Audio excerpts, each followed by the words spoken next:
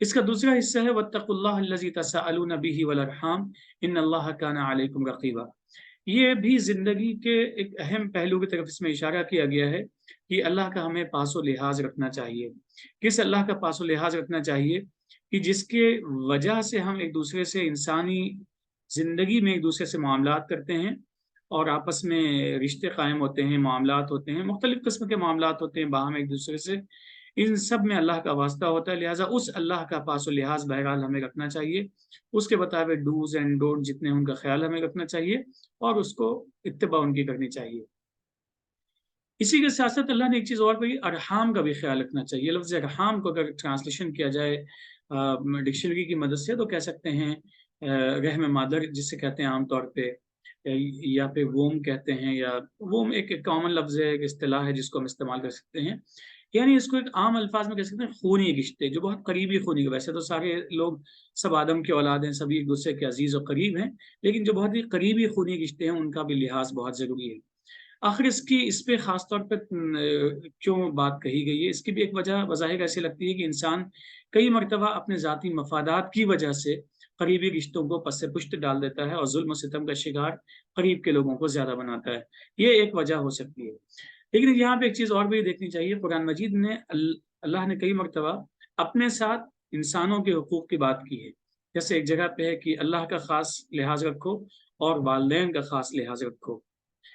اور اسی انداز میں یہاں بھی ہے کہ اللہ کا خاص لحاظ رکھو، اس کے متقی بن جاؤ، اور جو ارحام ہیں، جو خونی قریبی رشتے ہیں، ان کا بھی تم خاص خیال رکھو۔ اور پھر اس آیت کو کنکلوڈ اس انداز میں کیا جاتا ہے کہ ہمارے اعمال کے اوپر، ہماری زندگی کے ہر سیکنڈ، ہر لمحے کے اوپر اللہ تعالیٰ رقیب ہے، کیونکہ وہ سب کچھ جانتا ہے، اور اس کا جو نظام ہے، اس نظام کے تحت ہماری تمام اعمال محفوظ کیے جا رہے ہیں۔ لہٰذا ہمیں اس بات کو ذہن میں رکھنا چاہیے اور اس کے بتائے ہوئے طریقے کے مطابق زندگی کو گزارنا چاہیے۔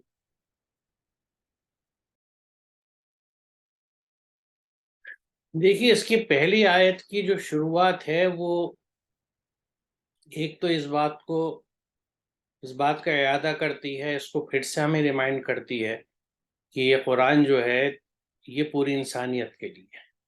یہ کتاب ہدایت ہے پوری انسانیت کے لیے، for the entire human being, for the entire human kind. اور دوسرے یہ کہ یہ جو عورتوں کا مسئلہ ہے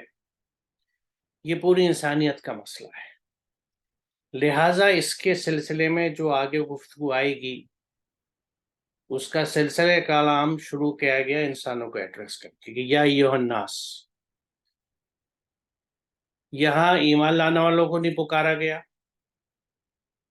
یہاں مسلمانوں کو نہیں پکارا گیا، یہاں براہ راست اللہ تعالیٰ نے ایڈریس کیا ہے اوپننگ آیت میں پہلا کہ یا ایھا الناس، کہ اے لوگوں۔ تو انسانوں کو خطاب ہے، کیونکہ یہ جیسے میں نے عرض کیا کہ یہ عورتوں کا مسئلہ پوری انسانیت کا مسئلہ ہے، اور جیسے ہم سورہ نساء پڑھیں گے تو ہمیں یہ اندازہ ہوگا کہ کیونکہ ہمیں یہ ذہن میں رکھنا چاہیے کہ اس قرآن کو نازل ہوئے 1400 سال سے زیادہ ہو چکے، یعنی 14 صدیاں بیت چکی، اور آج جو باتیں بہت سی ہم کرتے ہیں وہ اس میں اس سے بہتر شکل میں موجود ہیں، اور جو اس میں چیزیں قرآن میں بتائی ہوئی ہیں عورتوں کے تعلق سے، یہ دیکھ کے دکھ بھی ہوتا ہے کہ آج ان میں سے بھی بیشتر چیز ہم نہیں کرتے، کیونکہ ہم قرآن کو سمجھتے نہیں، اس پہ عمل نہیں کرتے، تو عورتوں کے تعلق سے بھی ظاہر ہے عمل ہمارے یہاں اتنا نہیں ملتا جتنے قرآن کے احکامات ہیں۔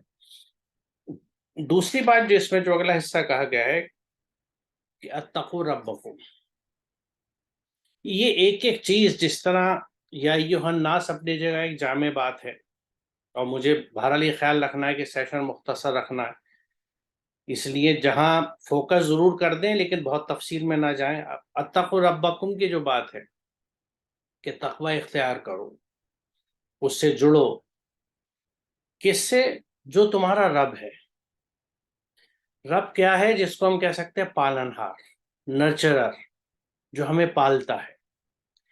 اب اگر ہم یہیں پہ، کیونکہ دیکھیے اللہ سے جڑنا جب ہے، اس کے احکامات پہ عمل کرنا ہے، اس سے ایک طرح سے دل سے اور قلب سے جڑنا ہے۔ بندگی کی شان وہی ہے کہ آپ اپنے رب سے دل سے جڑیں، اس کی صفات کو اپنائیں، اس کے رنگ میں رنگ جائیں۔ تو اس کے لیے پہلی چیز یہ ہے کہ ہم اس کو پہچانیں۔ تو جو ربوبیت ہے اللہ تعالیٰ کی، اس کے کچھ واضح بڑے نمونے، کیونکہ ایک تو ہماری ہر چیز، مثال طور پہ اللہ تعالیٰ کی جو نعمتیں جو ہمیں پوری کائنات میں، اس پوری دنیا میں مفت ملتی ہیں، پانی ہے، ہوا ہے، روشنی ہے،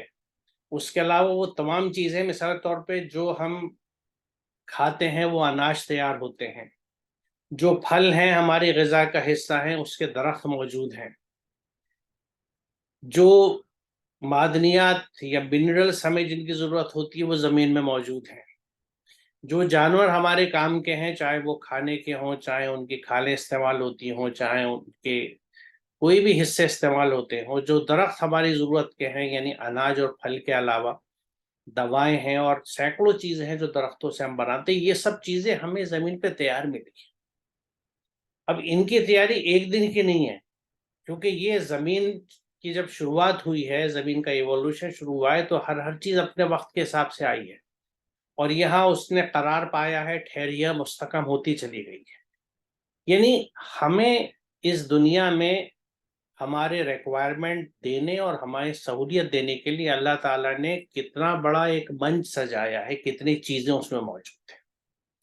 اور وہ اپنے طور سے کس طرح سے ہمیں کیا چیز پہنچاتی ہے، اس پہ اگر ہم غور کریں، کیونکہ جیسے میں نے عرض کیا کہ یہ چیز یہاں ڈسکس کری تو کئی سیشن نکل جائے، لیکن یہ میں ذہن میں بات ڈالوں پر وہ کر رہا ہوں کہ we must think about it, کیونکہ ہر وہ چیز جو ہمیں چاہیے وہ کس طرح سے ہمیں اویلیبل ہے، اور یہ نیچر کا جو پورا سائیکل ہے، اور یہ جو نیچر ہے، how it ensures that we get what we need, اس کائنات میں ہمارے چاروں طرف جو قدرت ہے، جو ماحول ہے، وہ کس طرح سے وہ چیز ہمیں پہنچاتا ہے جو ہمیں چاہیے ہوتی ہے۔ دوسرا رخ دیکھیے کہ اگر ہم اپنے ہاں زندگی کی شروعات کو دیکھیں تو کس طرح سے ہمارا ارلی سٹیج میں ماں کی کوکھ میں پنپتا ہے، اس کے لیے جو بچہ دانی ہے جس کو یوٹرس کہتے ہیں، کس طرح سے اس کی دیوار تیار ہوتی ہے اس ایک بیضے کو اپنے اندر چپکانے کے لیے، پھر کس طرح اس کو غذائیت پہنچتی ہے، نرچرنگ ہوتی ہے، کیسے وہ بڑا ہوتا ہے، کتنی حفاظت کے انتظام ہوتے ہیں کہ ماں چلتی ہے، نارمل کام کرتی ہے، جھٹکے لگتے ہیں، وہ بچہ محفوظ رہتا ہے۔ اس کے بعد پھر اس کی پیدائش کا عمل، پیدائش کے بعد اس سے کوریلیٹ کرتے ہوئے اس کی ماں کے جسم میں دودھ کا پیدا ہونا، اور وہ دودھ اس بچے کے ریکوائرمنٹ اور اس کی عمر کے حساب سے اس کا پتلے سے گاڑھا ہوتا چلا جانا، اس کا نیوٹریشن بڑھتا چلا جانا، یہ چند مثالیں ہیں جو ہمیں دکھاتی ہیں کہ اللہ کی ربوبیت کیا ہے، وہ کس طرح کی نرچرنگ کرتا ہے، وہ کیسا ہمارا پالن ہار ہے۔ اور یہ تو ہم اپنے بارے میں سوچ رہے ہیں، اس دنیا میں کتنی لاکھوں کروڑوں جو جاندار ہیں جن سب کا وہ رب ہے، اس نے وہ کیا نظم اور کس طرح بنایا ہے کہ ہر ایک اس کی ربوبیت سے فیض اٹھا رہا ہے۔ تو اس رب کی عظمت کو ذہن میں رکھتے ہوئے ہمیں اپنے آپ کو اس طرح موٹیویٹ کرنا ہے کہ ہمیں اسی رب کا تقوی اختیار کرنا ہے جس نے ہمارے لیے اور ہر جاندار کے لیے اتنے زبردست انتظام کیے ہیں کہ اس تک اس کی زندگی کی ضروریات مل جائیں، جیسا اس نے قرآن میں وعدہ کیا تھا کہ زمین پہ رکنے کے لیے ہمیں ایک وقت تک کی مہلت ہے، اور اس وقت میں ہمیں وہ تمام چیزیں ملیں گی جو ہمیں چاہیے۔ تو یہ نظم اس نے جس طرح بنایا، اسے جتنا ہم سمجھیں گے اس کی عظمت کا احساس ہوتا ہے۔ اس کے بعد اگلا حصہ جو کہا کہ الذی خلقکم من نفس واحد، اب یہ بڑی دلچسپ چیز ہے کہ یہ جو کامن اسٹاک ہے یا سنگل اینٹیٹی، اس کو دو رخ سے ہم سمجھ سکتے ہیں۔ ایک رخ تو اگر ہم دیکھیں تو یہ بالکل زمین پہ زندگی کی ابتدا کی بات کرتا ہے، اوریجن آف لائف، کہ زندگی کی جو شروعات ہوئی ہے اس زمین کے اوپر، وہ پہلا سیل جو وجود میں آیا تھا وہ ایک نفس واحد تھا۔ اب نفس جو ہے، دیکھیے اگر ہم اپنے تعلق سے بھی دیکھیں تو نفس ہمارے انر سیلف یا ذات یا شخصیت کے لیے استعمال ہوتا ہے۔ انسان اور دیگر جانوروں میں یا آرگنائزیشن میں، اینیملز میں فرق یہی ہے کہ ان کی وہ شخصیت نہیں ہوتی، کیونکہ ان کے ہاں یہ کیفیت نہیں ہے، وہ نفس والی بات نہیں۔ تو یہ ہمیں ہر شخص کو ایک انڈیویجولیٹی دیتا ہے، کچھ خاص صفات دیتا ہے، خواص دیتا ہے، اب دلچسپ بات یہ ہے کہ اسی طرح کی انڈیویجولیٹی ہمیں سیلس میں ملتی ہے. تو یہاں نفس واحد جو کہا گیا ہے، اور زندگی کی شروعات بھی ایک ہی سیل سے ہوئی تھی، اس کے اجزاء وجود میں آئے اور اس کے بعد، اور ان میں کوئی زندگی نہیں تھی. جب ایک پہلا سیل وجود میں آیا تو وہ زندگی کی شروعات تھی، اور وہاں سے زندگی کی کہانی آگے چلتی ہے. اب یہ زندگی کہانی اگر ہم دیکھیں، بہت مختصر میں بتا رہا ہوں جیسے میں نے کہا اس سیشن کے وقت کو ذہن میں رکھتے ہوئے، تو ہم یہ پڑھتے ہیں یہ چیزیں جو ڈسکور کی ہیں سائنسدانوں نے، کہ پانی میں وجود آنے کے بعد دوسری سٹیج یہ تھی کہ کلوروفل یا ہرا رنگ ان ایک سیل کے جانوروں میں آیا. یعنی ایک طرح سے ہم یہ کہہ سکتے ہیں کہ پلانٹس یا سبزہ سب سے پہلے وجود میں آیا. یہ سبزہ پانی میں تھا، چھوٹے چھوٹے سیل تھے، بڑی جسامتیں نہیں تھی. پھر یہ بڑے ہوئے، پھر یہ زمین پہ آئے، اور انہی کے خاندان سے ایک اور شاخ نکلی جس میں سے ہرا رنگ ختم ہو گیا تھا. یہ وہ شاخ ہے جس کو ہم پھپھوند کہتے ہیں، فنگس. اور سائنسداں یہ کہتے ہیں کہ اسی شاخ سے آگے چل کے اینیمل وجود میں آئے. انہی اینیملز کے وجود میں آنے کے بعد ان سے ارتقا پاتے ہوئے انسان کی ریس وجود میں آئی. اب اس کے لیے قرآن کریم میں ہمیں کیا کہاں اشارے ملتے ہیں؟ ایک دیکھیں سورہ نوح کی اگر ہم آیت 17 اور 18 دیکھیں تو اس میں بڑی دلچسپ بات کہی ہے کہ واللہ انبتکم من الارض نباتا، کہ اللہ تعالیٰ نے تمہیں زمین سے سبزے کی طرح اگایا. اگر اس کے آپ لفظی معنی لیں تو ظاہر ہے کوئی انسان یا کسی بھی طرح کے انسان کبھی بھی زمین سے تو نہیں اگے تھے، لیکن ہاں ان کے کچھ اینسیسٹرس اسٹاکس جو تھے، کیونکہ اگر یہ ایک اسٹاک چل رہا ہے جو ارتقا ہوتا ہوا آگے چلا اور پودے بنے تھے، تو ایک اس کی طرف اس کا رخ جاتا ہے. دوسرا جو ایک ریفرنس ہمیں ملتا ہے وہاں یہ کہ ہوا انشاکم من الارض، یہ سورہ ہود کی آیت نمبر 61 ہے. یہاں انشاکم کا لفظ آیا ہے جو بدرتیج بنانے کے لیے ہے، یہ خلقہ کی بات نہیں کہی گئی ہے. یعنی جو ایوولوشن ہے، جو بتدریج چیز بنتی ہے، وہ انشاکم کا آتا ہے کہ ہم نے تمہیں زمین سے ایوالو کیا. یعنی زمین سے پیدا کرنے کی جگہ یہاں ہم یہ لکھیں گے اور سمجھیں گے کہ زمین سے تمہیں ایوالو کیا اور پھر اسی میں تمہیں آباد کیا. تیسرا ذکر اکثر قرآن میں ملتا ہے کہ کھنکھناتی مٹی سے یا مٹی کے سط سے یا اس کے جوہر سے انسان کو پیدا کیا گیا. یہ پوائنٹ کیا پوائنٹ آؤٹ کرتا ہے کہ زمین کے ایلیمنٹ سے، اردن ایلیمنٹ سے، زمین کے ایسنس یا ایکسٹریکٹ سے انسان وجود میں آیا ہے. پوری لائف اسی طرح وجود میں آئی ہے. اس کی اگر پوری ترتیب ہم دیکھیں تو یہ چیزیں سمجھ میں آتی ہیں، اس سے یہ رخ سمجھ میں آتا ہے. تو یہ جو نفس واحد ہے یہ ایک طرف اگر ہمیں اوریجن آف لائف کی طرف لے کے جاتا ہے تو دوسری طرف انسان کی پیدائش کی طرف بھی لے کے جاتا ہے کہ ایک ہی سیل ہوتا ہے جس میں فرٹیلائزیشن ہوتا ہے، اور وہ ایک سیل بن کے وہ پھر تقسیم ہو کے پورے انسان کو وجود میں لاتا ہے. وہی تقسیم ہو کے اپنا جوڑا بناتا ہے، کیونکہ ہر جوڑے کو زوج ہم کہتے ہیں، زوج کا مطلب ہی جوڑے کا ہے.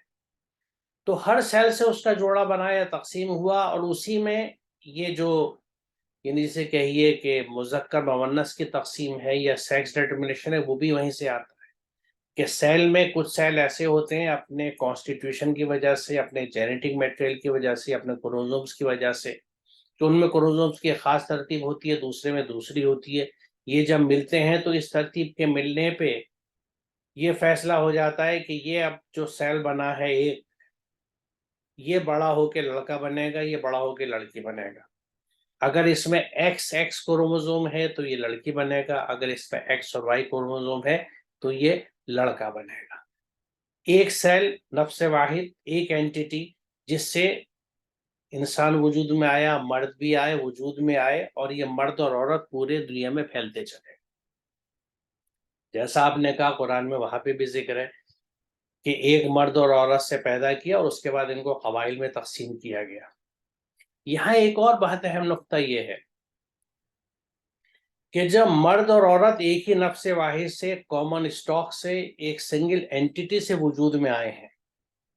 تو اس کا مطلب ہے کہ دونوں میں برابری ہے، دونوں ایک درجے پر ہے۔ اور جو بات ہمیں سورہ بنی اسرائیل کی آیت نمبر 70 میں ملتی ہے کہ لقد کرمنا بنی آدم،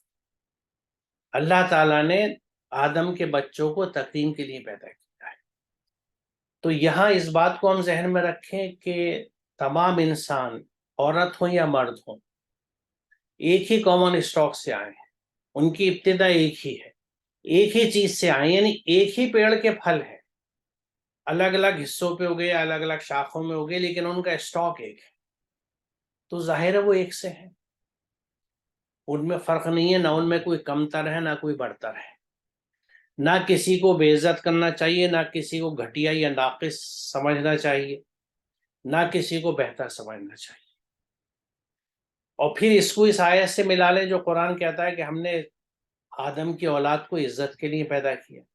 تو یعنی عزت مرد کی بھی ہے، عزت عورت کی بھی ہے۔ یہ بات میں اتنا کھول کے وضاحت سے اس لیے کہہ رہا ہوں کہ ایک بڑے طبقے میں ہمارے ہاں عورت کو عزت کم دی جاتی ہے۔ اس کی وجہ صدیوں پرانے وہ سسٹم ہے، بلکہ ملینیا پرانے، ہزاروں سال پرانے، جس میں مرد کو فوقیت تھی اور مرد نے اپنے آپ یہ فوقیت لے لی تھی، اپنے اوپر برتری لے لی تھی، اور عورت کو اپنا محکوم یا غلام سمجھا گیا، کیونکہ اس زمین نے وہ دور بھی دیکھے ہیں جہاں عورتوں کو بھیڑ بکریوں کی طرح بیچا جاتا تھا، ان کی منڈی لگتی تھی، ان کو ان کا جسم کا اوپر کا حصہ ڈھکنے کی اجازت نہیں تھی۔ یہ سارا وقت گزر چکا ہے زمین کے اوپر۔ یہ انہی عورتوں کا ذکر ہے جس کے لیے قرآن یہ کہتا ہے کہ ہم نے ان کو سنگل اسٹاک سے، سیم اسٹاک سے پیدا کیا ہے، اور جن سب کی عزت و تکریم کے لیے قرآن حکم دیتا ہے، جیسے میں نے کہا سورہ بنی اسرائیل کی آیت نمبر 70 میں کہ لقد کرمنا بنی آدم۔ یہاں تک آج صورتحال بہتر ہے، لیکن اب بھی اکثریت میں ہمارے گھروں میں لڑکے کے پیدا ہونے کی خوشی منائی جاتی ہے، لڑکی کے پیدا ہونے کا دکھ ہوتا ہے۔ یہ کیوں ہے؟ لڑکے کو وہ فوقیت کیوں حاصل ہے جو لڑکی کو نہیں ہے؟ لڑکے کو وہ مواقع کیوں ہمارے یہاں دیے جاتے ہیں تعلیم کے اور تربیت کے جو لڑکی کو نہیں دیے جاتے؟ حالانکہ اس کے لیے بھی یعنی اسپیسیفک سوال ہوں گے، سورہ تکویر میں اس کی وضاحت سے ذکر ہے، اور میں یہاں ذکر بھی کر چکا ہوں، مختلف پروگرامی ہے اس سیشن میں، تو ابھی نہیں، جب تکویر پائیں گے جب کریں گے، کہ یہ سوال پوچھا جائے گا ان لوگوں سے جنہوں نے تربیت پہ، تعلیم پہ، شخصیت کے ڈیولپمنٹ پہ عورتوں کی توجہ کیوں نہیں تھی۔ تو یہ میں اس لیے کہہ رہا ہوں کہ دیکھیے، عورت اور مرد کو اللہ تعالیٰ نے برابری رتبے میں دی ہے، جس طرح سب انسان، یعنی آپس میں سب انسان مرد اور عورت بہن بھائی ہیں، کیونکہ ایک مرد اور عورت کی اولاد ہیں، ایک ہی اسٹاک سے آئے ہیں، سب ایک سے ہیں، لیکن کوئی دو انسان ایک سے نہیں ہوتے۔ کیوں نہیں ایک سے ہوتے؟ کیونکہ ان میں فرق آتا ہے ان کے کردار اور اعمال کا، اسی سے ان کی شخصیت بھی بنتی۔ تو جب ہم یہ کہتے ہیں کہ مرد اور عورت برابر ہیں، ان میں سے کوئی حقیر، پیدائشی حقیر، ذلیل نہیں ہے، کمتر نہیں ہے، تو اس کا یہ مطلب نہیں ہے کہ کسی بھی بنیاد پہ دونوں میں فرق نہیں ہوتا ہے۔ سائیکولوجیکل فرق ہے مرد اور عورت میں، فزیولوجیکل فرق ہے، فنکشنل فرق ہے، دونوں کے فنکشنز الگ الگ ہیں، وہ ایک اسٹیبلش چیز ہے، لیکن کسی ایک کو اپنے آپ کو برتر نہیں سمجھنا چاہیے اور دوسرے کو ناقص، گھٹیا، کمتر نہیں سمجھنا چاہیے کہ تم اس سے لائق نہیں ہو کہ میں تم سے بات کروں۔ تمہاری حیثیت صرف یہ ہے کہ گھر میں بیٹھو، کھانا پکاؤ اور مجھے اور میرے بچوں کو کھلاؤ، تم سے کوئی مشورہ نہیں کروں گا۔ اچھا، اس میں بھی ایک قصور ہے اس بات کا، ان ماں باپ کا جو اپنی بچیوں کی شادی کر دیتے ہیں بنا ان کی تعلیم اور تربیت پہ دھیان دیا۔ بہت سے گھروں میں فوکس یہ ہوتا ہے کہ بچی بڑی ہو گئی، یعنی بایولوجیکلی میچور ہو گئی، تو اب اس کی شادی کر دو۔ ہم یہ نہیں سوچتے کہ جس بچی کی شادی کرنے کی ہم سوچ رہے ہیں، ہم نے تو یہ سوچ لیا کہ بس سیانی ہو گئی، پرائے گھر کی چیزیں بھیج دو، لیکن جس گھر میں ہم بھیج رہے ہیں اسے کس لیے بھیج رہے ہیں؟ وہ اس گھر کی آگے کی جنریشنز کی ماں بنے گی، اگلی نسلوں کی ماں بنے گی۔ تو کیا ہم نے اپنی بچی کو اتنا تیار کر دیا علم و ہنر سے، تعلیم و تربیت سے، قرآن اسے سمجھا دیا، مسلمان بنا دیا کہ یہ اگلی نسلوں کی تربیت کر سکے، اس کی گود میں ایک نئی نسل پل سکے؟ اگر نہیں کیا تو ایک طرف تو ہم نے رشتے کا حق ادا نہیں کیا، یعنی اللہ کے اس حکم کی خلاف ورزی کری کہ جب وہ ہر چیز میں انصاف کا حکم دیتا ہے، ان اللہ یامر بالعدل، جسٹس کرنا ہے، جسٹس ذمہ داریوں کے ساتھ کرنا ہے، رشتوں کے ساتھ کرنا ہے۔ میں نے اپنی بچی کے ساتھ انصاف نہیں کیا کیونکہ میں نے اس کو دماغی طور سے، علمی اعتبار سے، نفسیاتی طور سے ایسا نہیں بنایا کہ یہ اگلی نسل کی تربیت کر سکے دوسرے گھر کی۔ تو میں نے اس گھر کے ساتھ بھی امانت داری میں خیانت کری کہ ان کو ایسی بیٹی دی ہے جو اتنی تیار نہیں ہے کہ وہ اگلی نسل کی تربیت کر سکے۔ تو جہاں عورتوں کی تربیت نہیں ہوگی وہاں نسلیں بھی نہیں سدھریں گی۔ تو ادھر ہم ان کے ساتھ انصاف نہیں کر رہے، ان کو کمتر سمجھ رہے ہیں۔ تو یہ ایک نہیں بلکہ ملٹیپل احکامات، قرآن کے بہت سے احکامات کے ہم خلاف کر رہے ہیں۔ اور مجموعی طور سے ہم یہ کہہ سکتے ہیں کہ ہمارا سماج اور ہم جو ہے وہ عورتوں کے ساتھ ایک تفریق کا رویہ رکھتا ہے، ایک ڈسکرمنیشن ہے، ایک مینٹل بلاک ہے، ایک سوچ ہے ہماری جو ہمیں عورت کو برابری کا درجہ نہیں دیتی۔ دیکھیں میں پھر یہ عرض کروں کہ یہ برابری وہ نہیں ہے، کیونکہ اس ایکسٹریم پہ جا کے سوچنا کہ